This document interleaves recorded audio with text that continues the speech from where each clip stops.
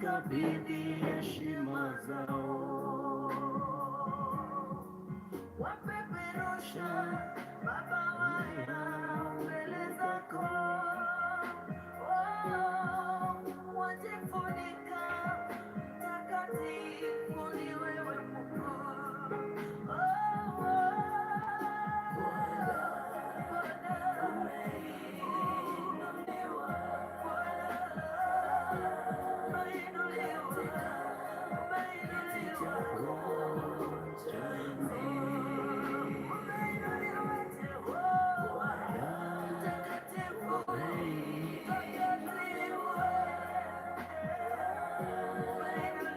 Karibu sana. Karibuni tunapomsifu pamoja na Jude Bogwa, Faith Bogwa. It's Faith Bogwa, and we thank God for the minister of the gospel.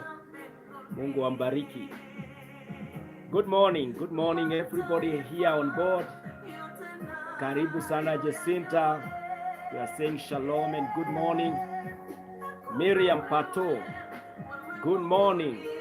Katha, good morning. Edward, good morning. You are ready to pray. Joy Bogwa, Anne, good morning. Thank you. Edward, for doing what we ought to do as the fasting. Share. Push this live stream to a person of need. Kuna mtu ako mahali fulani anahitaji hii maombi sana, situmpatie katika jina la Yesu. Tuweze kuomba pamoja katika jina la Yesu. So wapendwa, ninawakaribisha asubuhi ya leo. Welcome on board, that we may pray together, we may call upon the name of the Lord together. It is a Friday, the 12th day, by the grace of God. And so we are entering the final lap next week.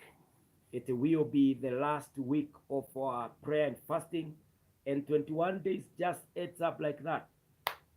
Na hivyo mpendwa, tunastahili kutolegea, tusilegee kamwe, tusilegee. Tuendelee tu kuomba, kuaminia Mungu mambo makubwa na kuombea miezi 6 iliyo mbele yetu, that the Lord shall lead, shall guide, shall get us to where he wants us to be by the grace of God. Kwa hivyo wapendwa, ninawaomba katika jina la Yesu tuweze sasa kutia ile inaitangwa the finishing power. Katika mbio tunaambiwa ni finishing power, how you finish strong. Kwa mchezo kama mpira, kuna wale wachezaji ambao huwa wamewekwa, ndio sasa kipindi cha lala salama wanawekwa to make sure that they score and they lift the level of their team to another level. Even ourselves, I pray that we will feel fully charged. Wenda umestruggle na dhambi, umestruggle na magonjwa, umestruggle na mambo mengi, hata kukula na kunywa hivi, leo unafunga, kesho unafungua, but now this week we can be able to say tunataka kumaliza strong by the grace of God. Kwa hivyo tutaomba that the Lord will help us to pray in revelation, na Mungu atatujalia akitubarikia. We are on our 12th day, and this day we are going to pray for divine networking. You know, when the Lord created man, he put him in the Garden of Eden. Then he told him, now fill the earth. That filling the earth is about networking. It's about making sure that the presence of man is everywhere in the world. That the man was given dominion on land, man was given dominion in the air, man was given dominion in the waters. And so man was to fill the earth. That filling the earth is about networking, making sure that you go beyond where you are, making sure that you occupy until Christ comes. That means you must be relevant everywhere you go. Divine networking. And you know what? Much of the network that we do is about people. It's about who you know where. Wakati utaenda mahali fulani, hauwezi kuwa mahali pote at the same time. You will need people ambao watakuwa mahali pale. Kwa hivyo kama ni biashara unafungua, tunaomba ya kwamba Mungu atakupatia mtu ambaye atakuwa na roho yako, ambaye ataheshimu, atatia bidii katika ile kazi where he has placed you. And so this particular morning we are praying for divine networking. Kuna watu ambao you are in business and you want to do the global business. You must network. You must have people who are providing and supplying, who are importing or exporting what you need. And so we are praying for divine network, that nobody will con you, nobody will take you for granted as far as business is concerned. Tunataka kufanya biashara karibu na mbali. Na kwa hivyo wapendwa, the Lord gave us that room that we need to fill the earth. Right from Genesis, when man was created, when God now was blessing him and releasing him to take over the world. And you remember, even after Adam sinned, for God so loved the world that he gave his only begotten son. John 3:16. Jesus came to restore the lost relationship of man and God. That means our relationship, our mandate from God was restored in the Jesus Christ, who came to restore us, to mediate He came to reconcile us back to God.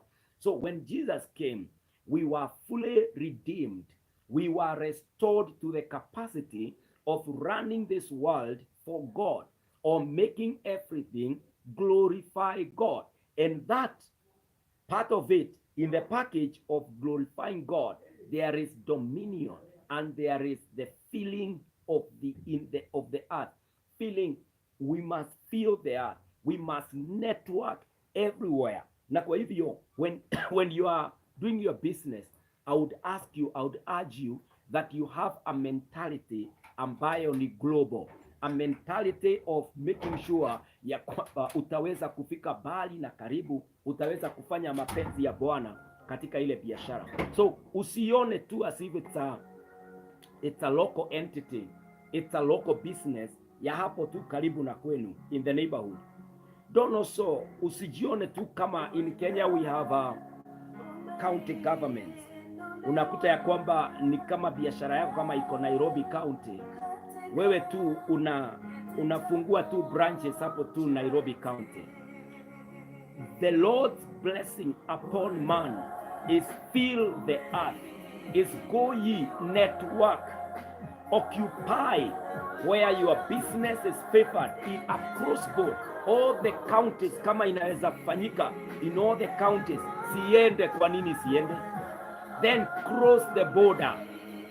Ingia kama you are an African like myself, ingia kwa continent hii yetu ya Afrika, vuka mipaka, ingia Zambia, ingia Nigeria, ingia South Africa, penetrating the entire of the East Africa. Then after African continent, ingia sasa America, ingia Europe, ingia Australia, ingia India. Penya, kuwa na global mentality. That small thing you are doing today, you can do it in a bigger way by the grace of God. Na kwa hivyo, don't limit yourself. You can be able to enlarge in Christ. So today we are praying for divine networking.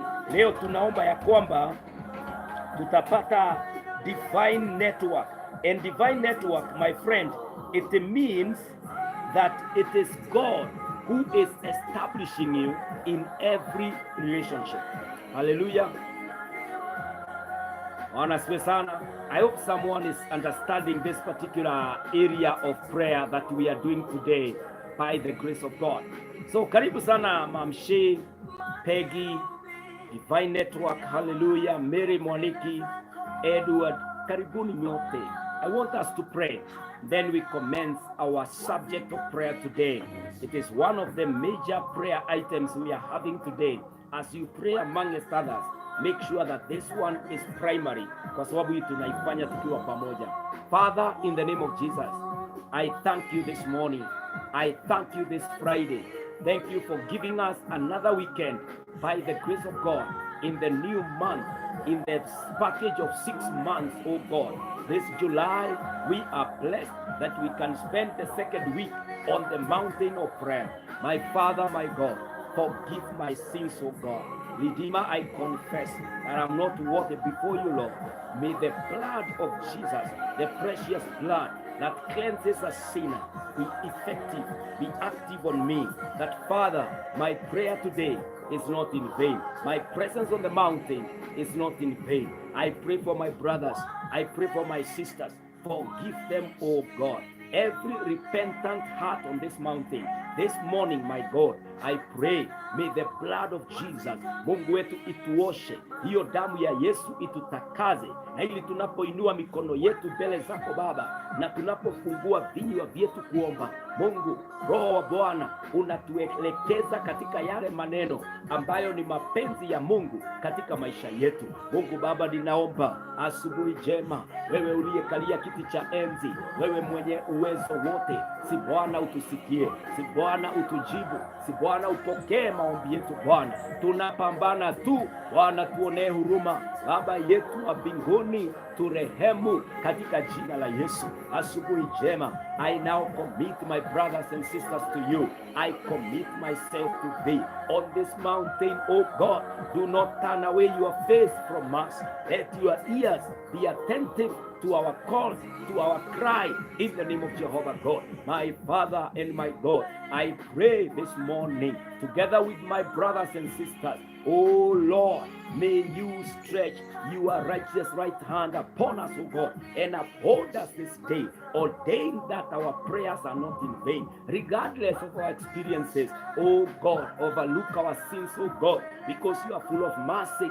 You are the compassionate Father. This morning, oh God, even as we pray for our nation, as we pray for the church, as we pray, oh God, for the world, my Lord, I pray, help us this morning. My God, we are now praying on the subject of divine networking. It is only you, oh God, who can establish us in what should work and what works for us, because you ordained it, Almighty God, the kind of people we should relate with, oh Lord, the kind of business we should do. Jehovah, this morning, reveal it to us, Lord. Reveal it to us, oh God. Show us the way, my Father. Lift us to yourself, oh God. Father, ninaomba na watu ambao wamedhulumiwa, watu ambao wamegandamizwa na wengine. Tunaomba asubuhi ya leo, wewe Bwana unayepambana na maadui wetu na unawasabaratisha na njia saba. My God, I pray in the name of Jesus, fight our battles, O Lord. Lift the standard in our faith this particular Friday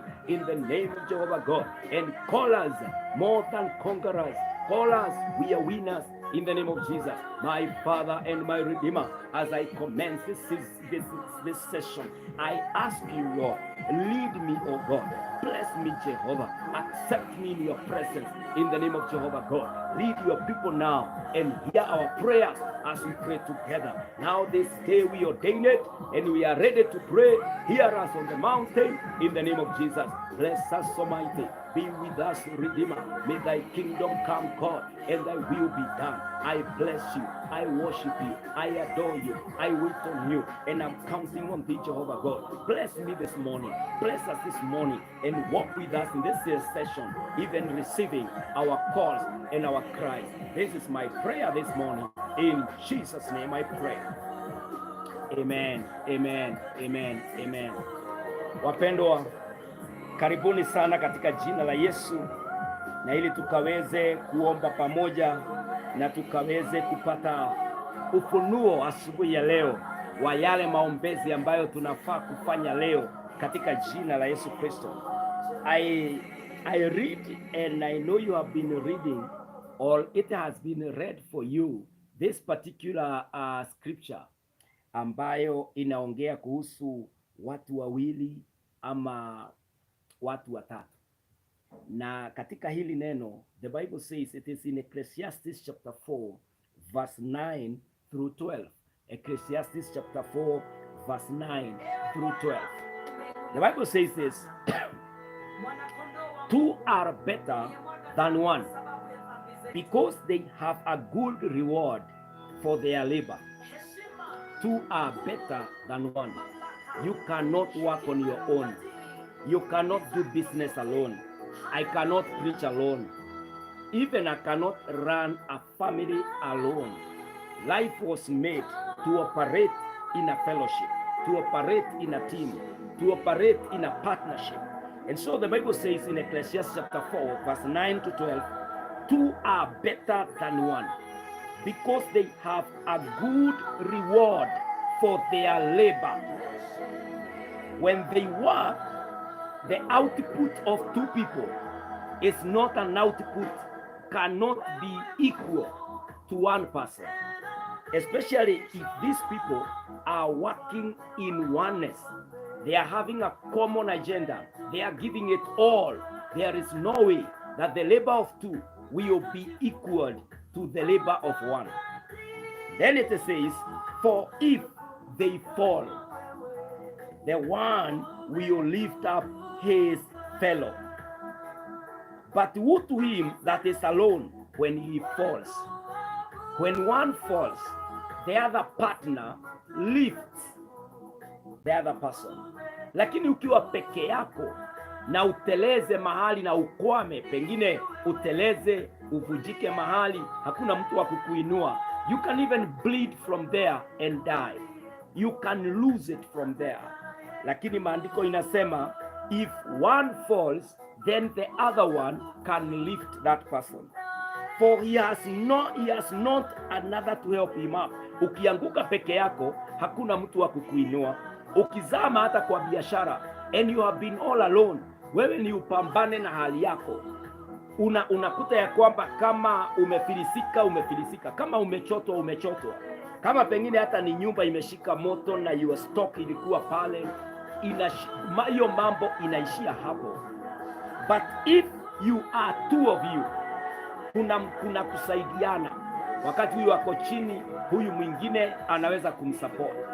The Bible continues to say, again, if two lie together, then they have heat. Watu wawili wakakaa pamoja ama walale pamoja, kuna joto. Remember, the Bible is trying to explain the importance of unity, importance of partnership, importance of togetherness. And this togetherness is what we are calling networking.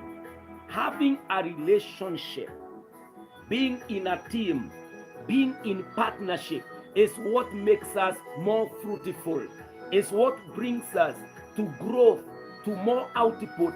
We bear much fruit when we are partnering with people. And then it asks, but how can one be warm alone? And if one prevail against him, two shall withstand him. Kama kuna mtu atapambana na nyinyi, mkiwa wawili mtaweza kupinga ule uzito wa adui. Na pia inasema, and a threefold cord is not quickly broken.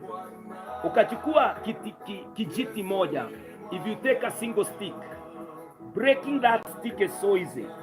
If you bind them, if you tie two sticks together, breaking them, it becomes a little bit harder.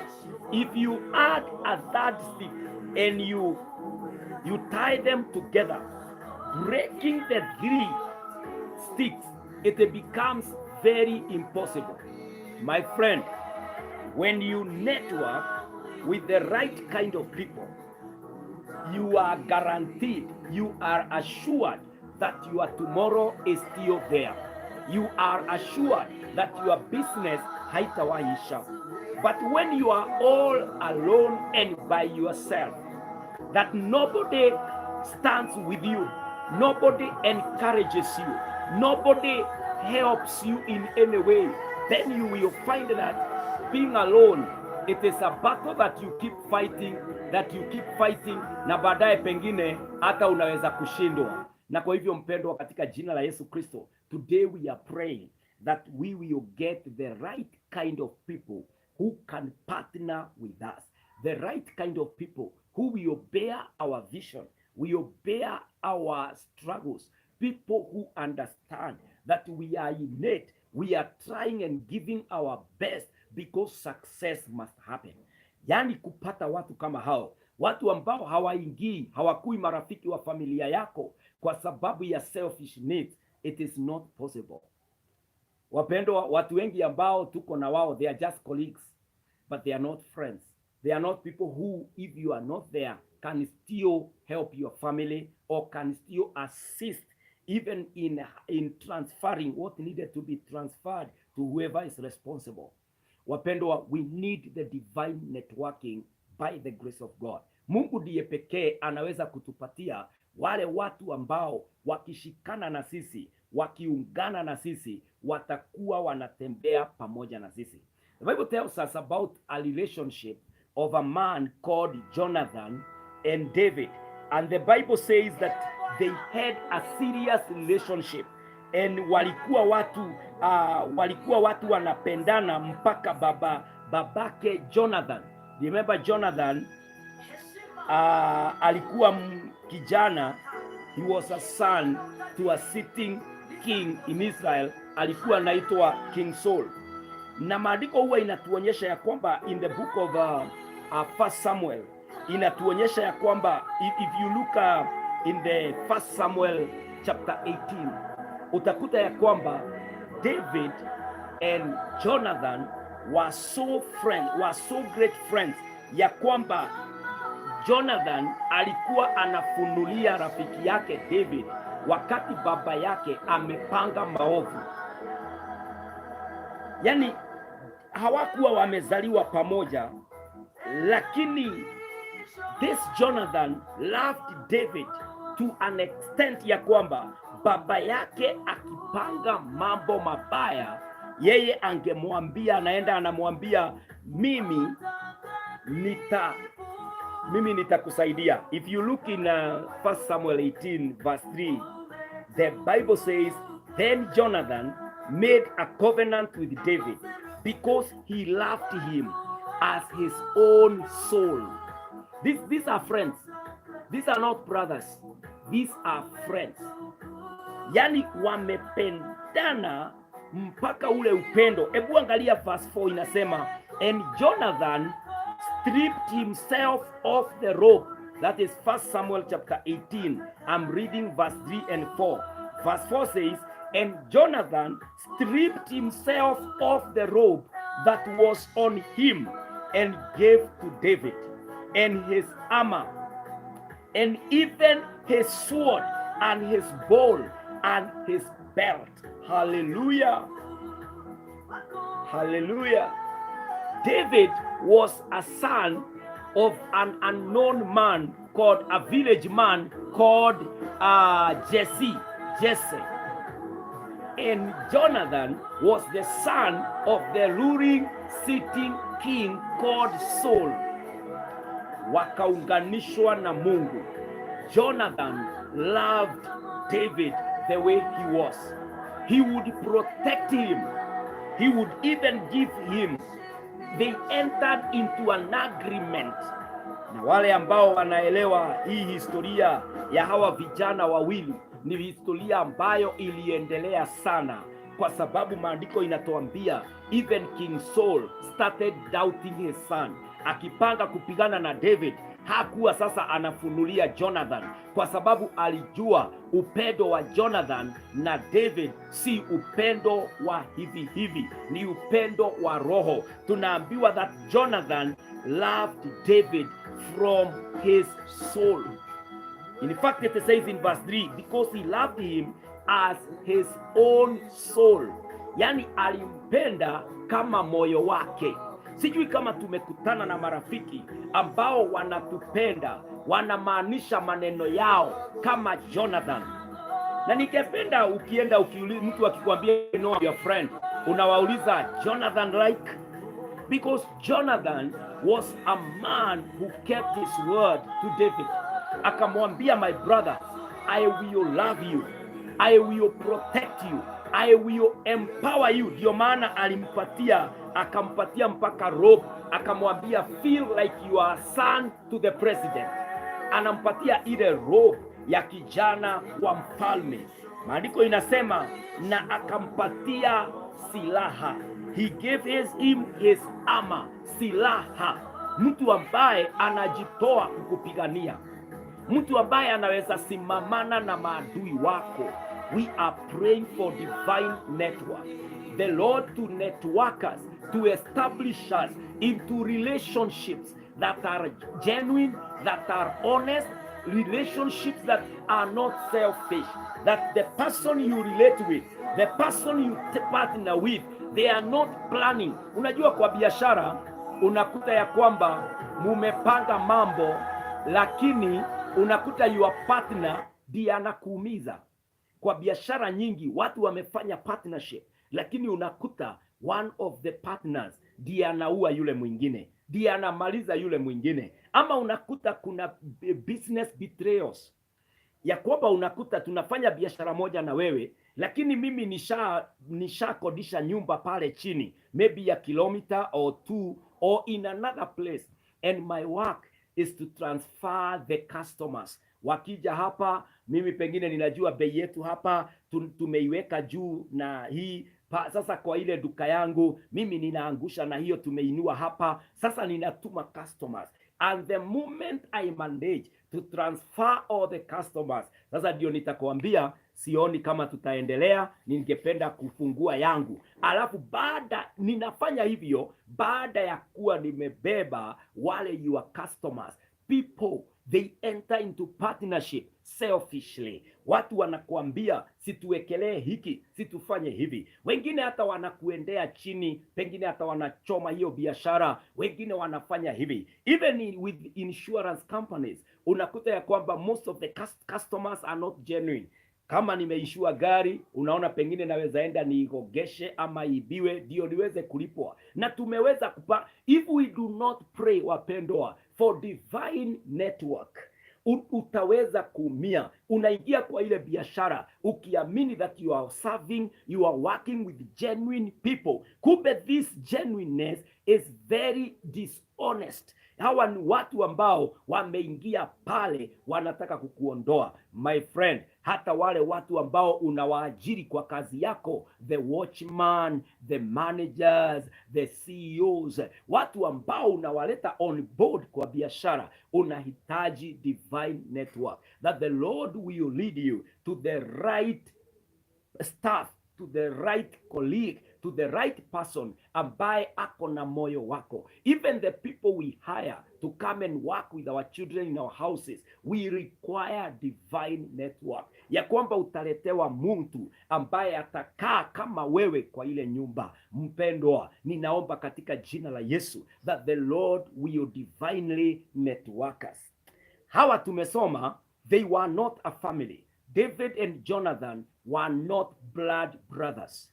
Ni vile tu Saul aliita David kwa sababu aliona ako na kipawa cha music, akamuita akuje aishi na yeye. Na pale Jonathan alipoona David amekuja kwa nyumba yao, they started a covenant. Yani wakawa divinely connected. They were not born together. David was not a relative to Jonathan, lakini it was divine. The Lord had a purpose for this particular relationship. Hebu niwakumbushe tena, ukirudi katika Genesis unakuta brothers of Joseph, they conspired, they planned together. Imagine watu ambao wamezaliwa pamoja, madugu, wakaketi wakapanga vile watammaliza Joseph, and they did bring to pass their threats.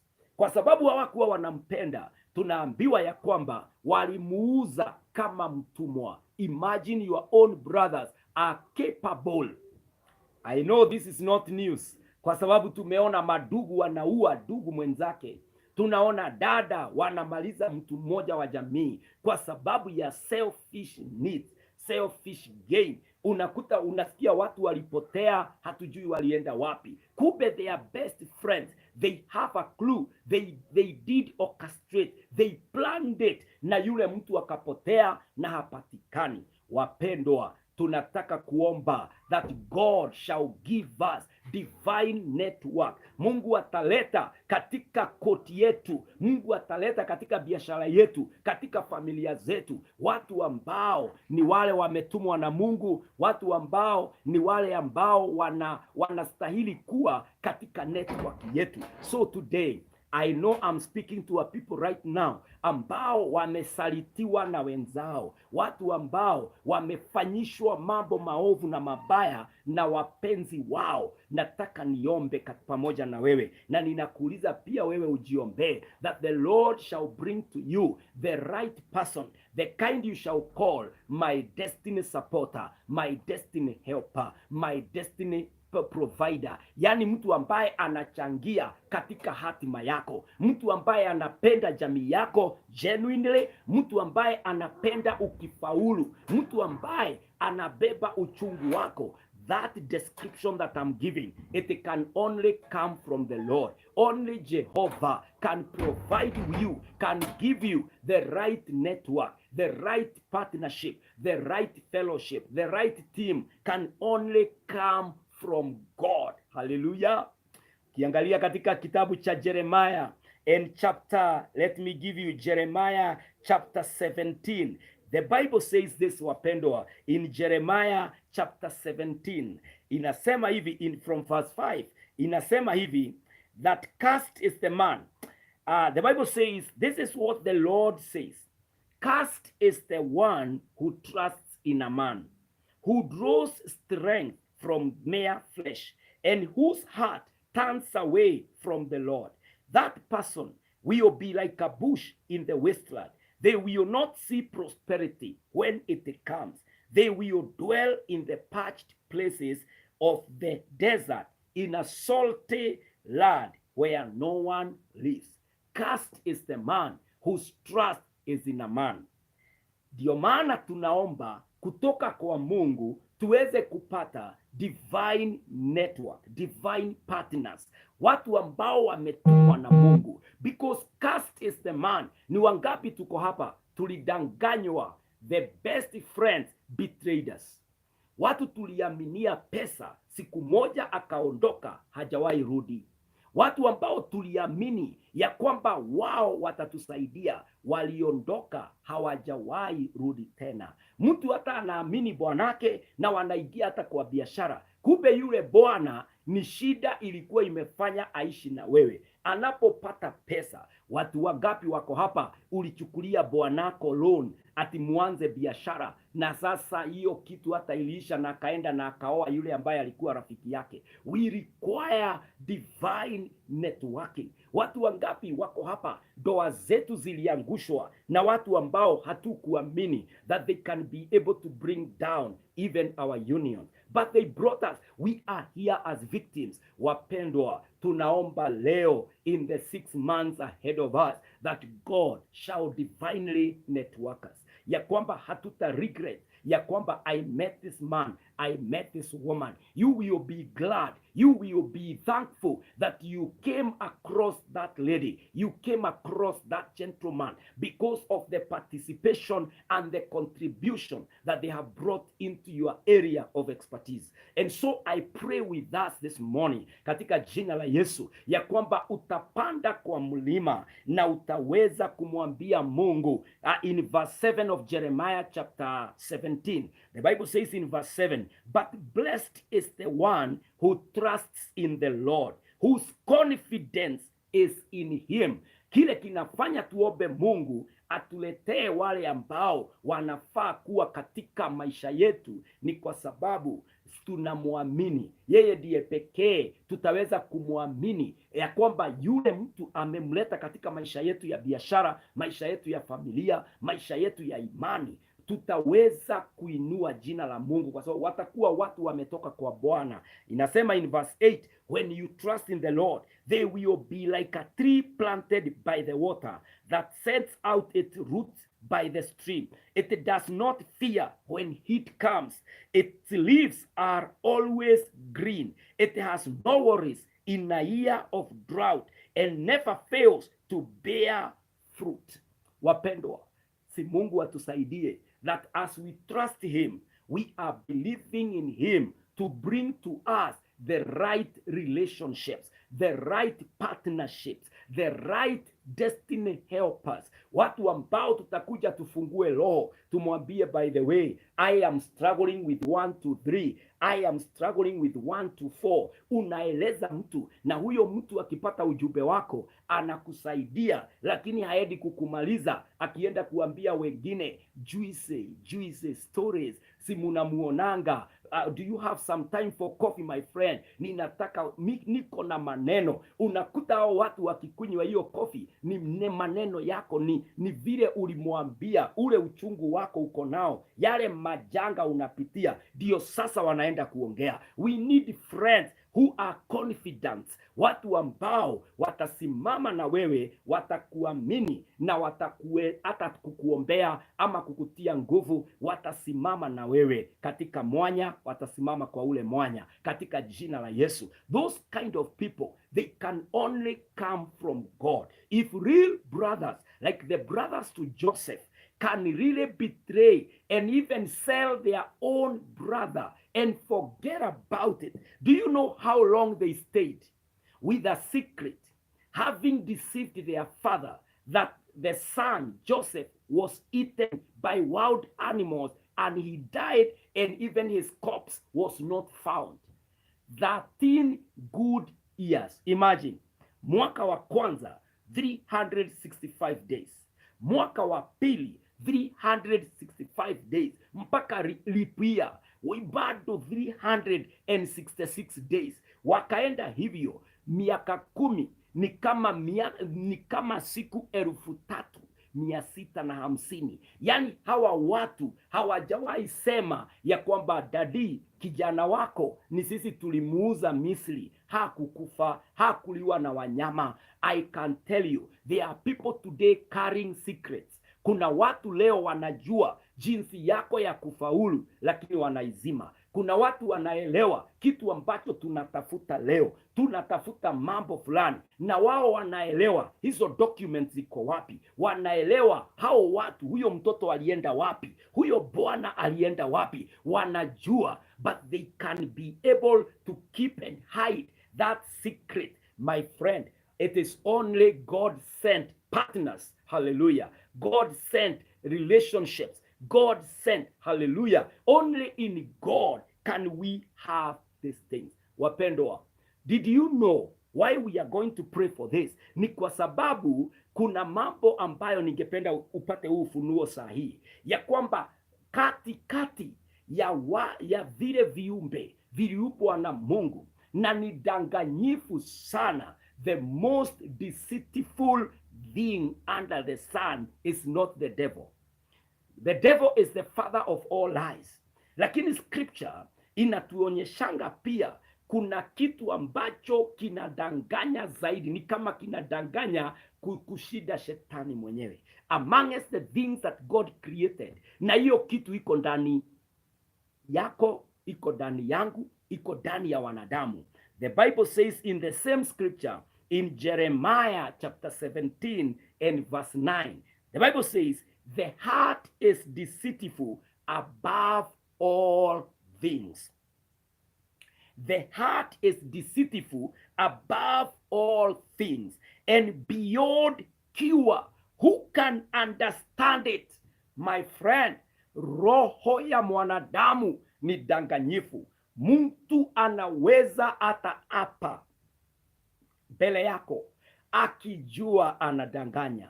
Mwanadamu yuko na uwezo wa kudanganya, wa kusema uongo hata kabla hajadanganywa na shetani. There is that particular capacity. There is the potential in man to lie to you. And the only person who can understand the heart of another person is not you.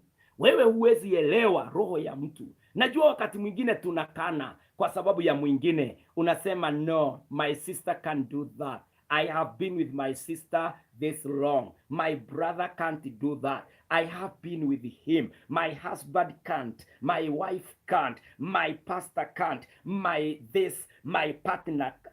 I am telling you, the heart of a man is deceitful above all other things that God created. Everyone is capable of lying. Muyo mtu ambaye unamwamini sana akapatana na mtu mwingine mzuri kukuliko, it is only for now hajapata a better person than you in comparison. Na atakusema, atakutendea. Mimi nimetembea na watu wameniambia, pastor, sitawahi kuacha. Mimi haya maono nitakufa nayo. Yani watu wanasimama wanasema, baadaye hata hakuongeleshi, baadaye hata anatafuta njia yako ya kuzama. Mpendwa, cursed is the man whose trust is in a man. Remember, I'm talking about divine networking.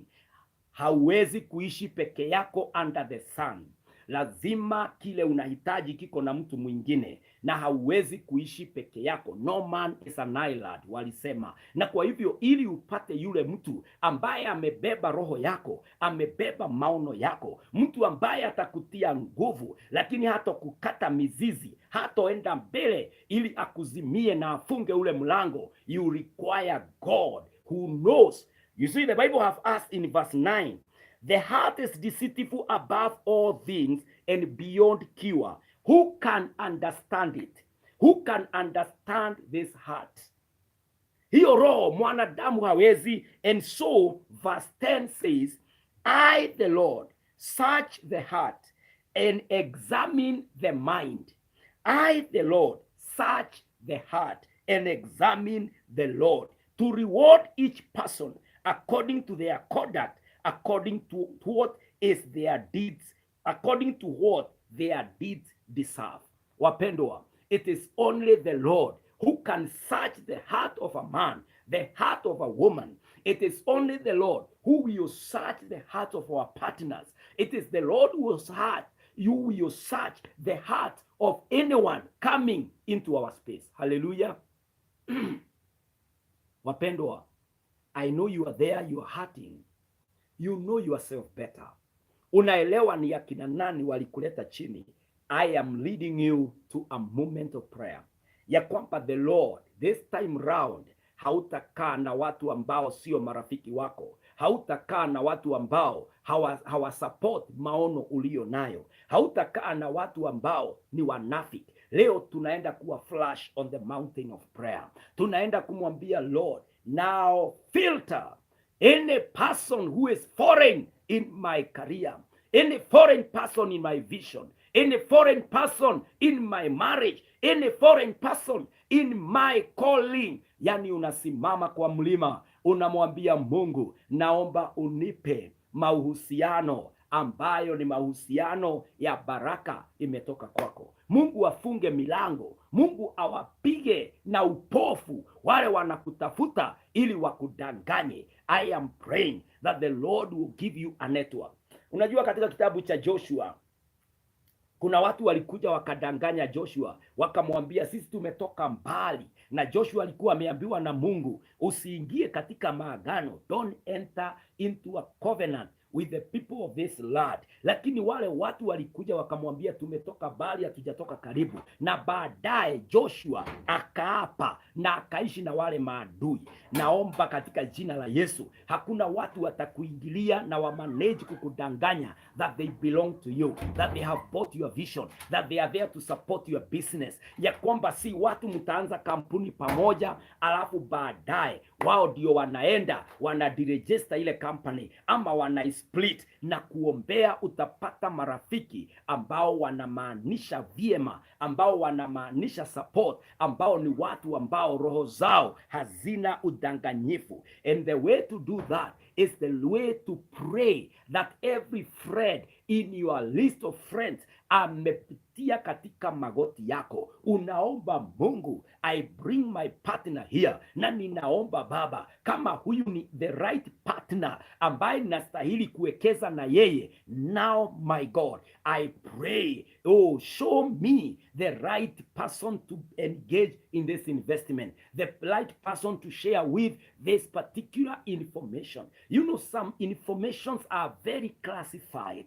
They require a serious confidence. Lakini unakuta ya kwamba tunaenda tunaambia watu, even as we confess, unaenda kumwaga roho yako kwa wengine ambao wanagoja ile information wakumalize. Kila wakati wanakutishia, remember nitaambia your husband, remember nitaambia your wife, remember nitaambia your boss, remember nitaambia pastor, remember nitaambia your mother. Yani watu wanakutishia na ile information ulikuwa umewapea ili uweze kurelax, lakini wale watu wanaitumia against you. I want us to pray today that Jehovah, as he lives and as he has become our father and said come to me, and he said anything we will pray in the name of Jesus, he will do it. Tunaomba katika jina la Yesu, Mungu atupatie marafiki wa dhati, marafiki wa kweli, marafiki ambao wanatujali, wanatuwaza mawazo mema, marafiki ambao wao wamebeba ndani ya roho zao, wamebeba maisha yetu, marafiki ambao hawatuangalii ndio watutumie. Hapana, tunaomba marafiki,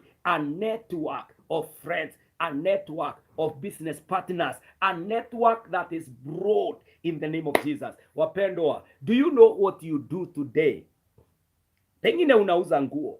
Did you know ya kwamba kuna watu wanahitaji hizo nguo? It's only that haujapatana na mtu wa kukuunganisha ndio uweze kufikia ile market ambayo ni kubwa sana.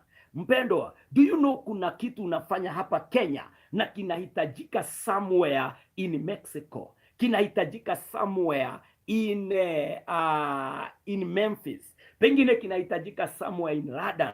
Unahitaji tu mtu ambaye yako hapa Kenya na anaenda London na anajua kile kinahitajika, yani akuconnect, akupatie tu numbers, akupatie tu an avenue, an opportunity, na kuanzia hapo you will no longer be unknown, you will no longer be a small businessman or woman, lakini utainuka, utainuliwa. Tunaomba, my God, send my destiny helper. My God, he said, my destiny supporter. My Lord, send that destiny connector. Mahali alipo, Mungu muachilie. Leo tunaomba katika jina la Yesu ya kwamba kama kuna mtu ninahitaji in America so that I can touch base there, Mungu afungue mlango katika jina la Yesu, na uwe ni yeye Mungu amefungua, sio mtu amejiinua, because the heart is deceitful. Ndio tumesoma in Jeremiah chapter 17 verse 9,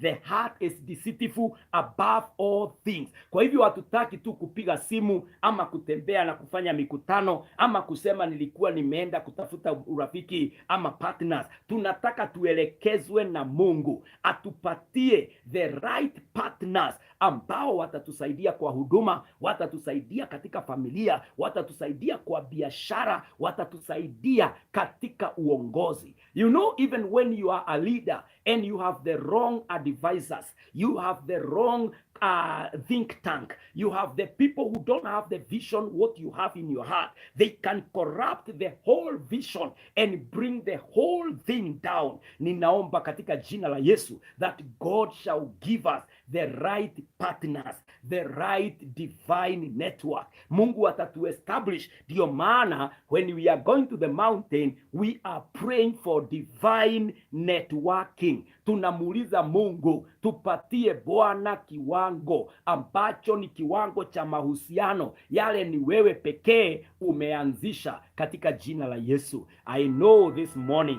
you can identify with this particular prayer item today. Tunapoenda mbele ya Bwana, omba Mungu, nipe marafiki wa dhati. Na Baba, tunaomba pia kama tumefanya makosa na tumeingiana na watu ambao ni sisi tulijitafutia na ni watu ambao ni sumu, ni watu hatari kwa maono yetu, Mungu akatuondolea. Our Father and our God, in the name of Jesus, I pray with the word of the Bible. You have said, Almighty, cursed is the man whose trust is in a man, because a man is so deceitful above all things, my God. Mungu Baba, ninaomba ya kwamba sasa utatusaidia. Si Bwana utusamehe, si Bwana uturekebishie hii Mungu wetu zile maagano tumefanya, the covenant, the agreement that we have signed with the wrong companies, with the wrong people. My God, reverse it, reverse it, reverse it in the name of Jehovah God.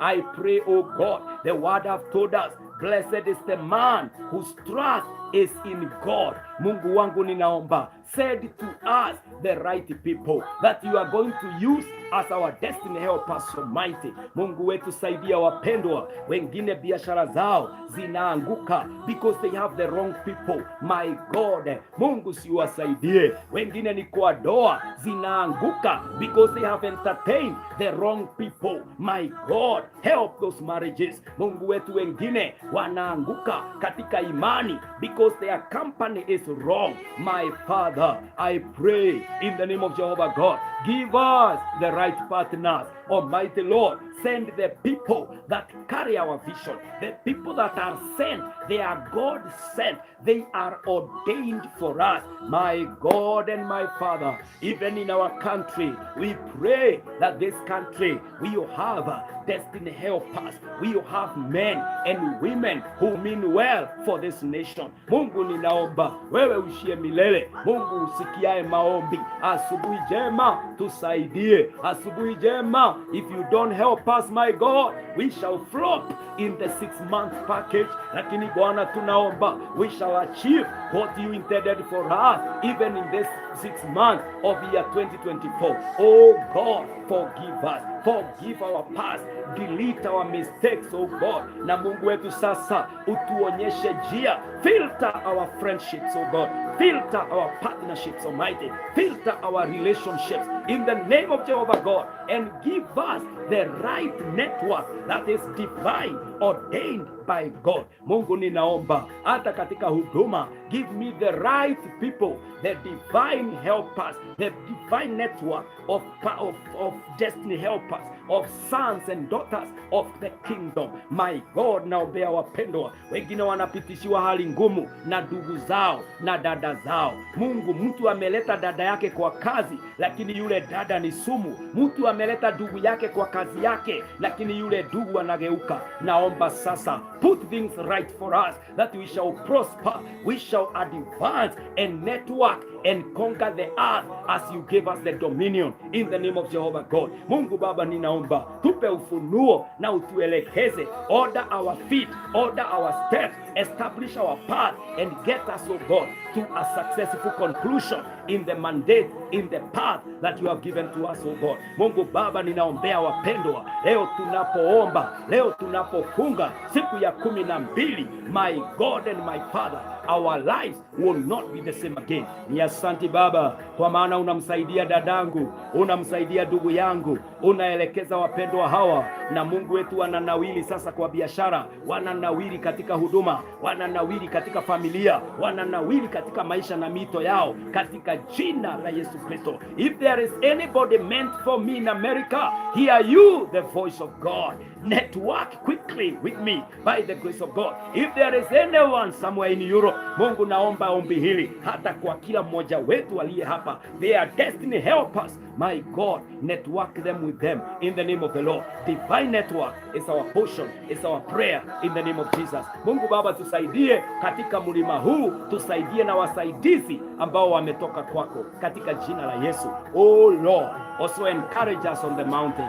Supply favor, supply energy, even as we pray in the name of Jesus. Ni asante Baba, kwa maana unasikia maombi yetu na utatutendea. Katika Kristo Yesu tunaomba hata kuamini. Amen, amen, amen, amen. Wapendwa, katika jina la Yesu, Mungu awabariki.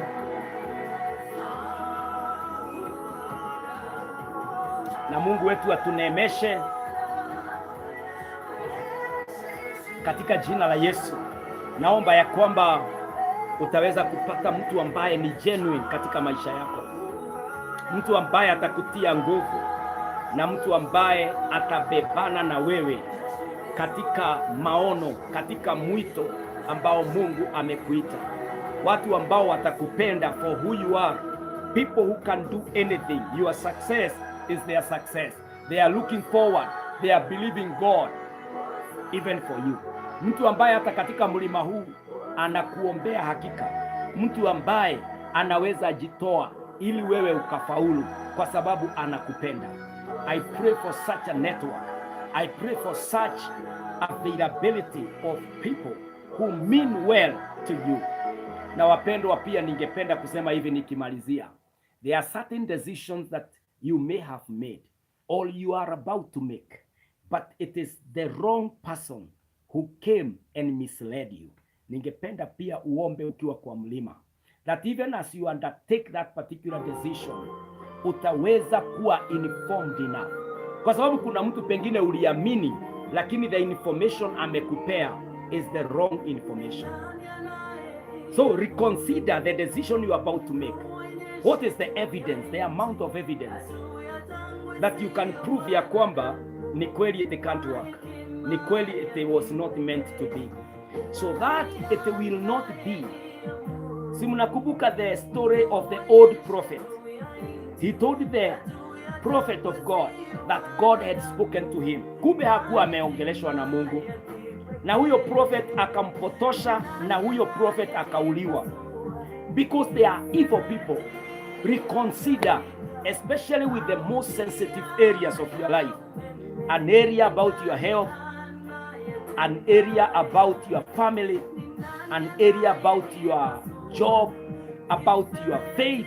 Haya mambo, before you make that radical decision, ni vizuri kuuliza, I'm basing my decision on what evidence? Kama ninaamua kutoka kwa hii doa, ni nani huyo nimeamini sana ati ameniambia ukweli? Kama ninatoka kwa hii kanisa, ni nini hicho? Ni nani huyo ameniconvince? It is good to wait, because the hearts of men are deceitful. The devil is the father of all lies. Hakuna mahali pengine shetani ameitwa baba katika Biblia, lakini ameitwa baba wa uongo. And the heart of men are deceitful.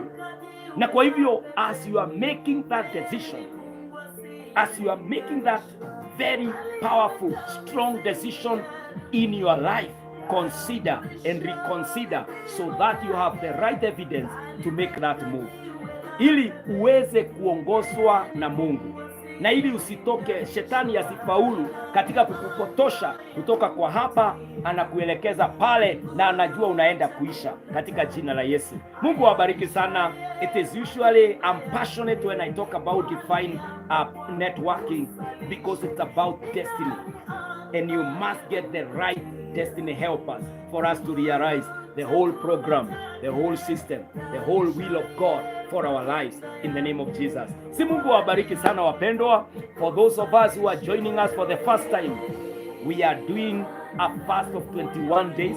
We began on July 1st. We will be breaking our fast on 21st of July. Na tumekuwa kwa mlima. We are doing the Daniel's fast, or the vegetable fast. Tunafanya vegetables, fruit and beverages, ndio tunatumia, na tunaendelea na kuomba katika jina la Yesu. Mungu awabariki sana.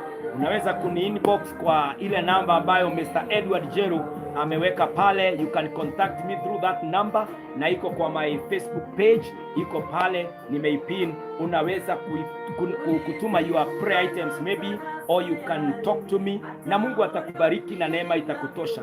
Today we usually have a prayer session in the church from 7 p.m. to midnight. Tuko na revival meeting from 7 p.m. to 8:30. Then from 9 p.m. tuko na maombezi mpaka usiku wa manane pale saa 6. So you can visit us. Our church is located along Wayakiwe, opposite Mama Ngina Primary School. Our church is Voice of God Church and Ministries. We shall also be live on YouTube and Facebook from 7 p.m. to 8:30 p.m. But for the prayers, you can come in person, ama ungane na sisi uombee nyumbani, na Mungu atakubariki akikujalia. Neema ikutoshe. Also on Sunday, you can opt to come and fellowship with us as we continue in the attitude and in the power of prayer during our services. Mungu awabariki, neema iwatoshe. Ninawapenda, tuendelee kuombeana na Mungu atatutembelea na atatutendea. God bless you. Shalom and God be with you. Amen. Amen.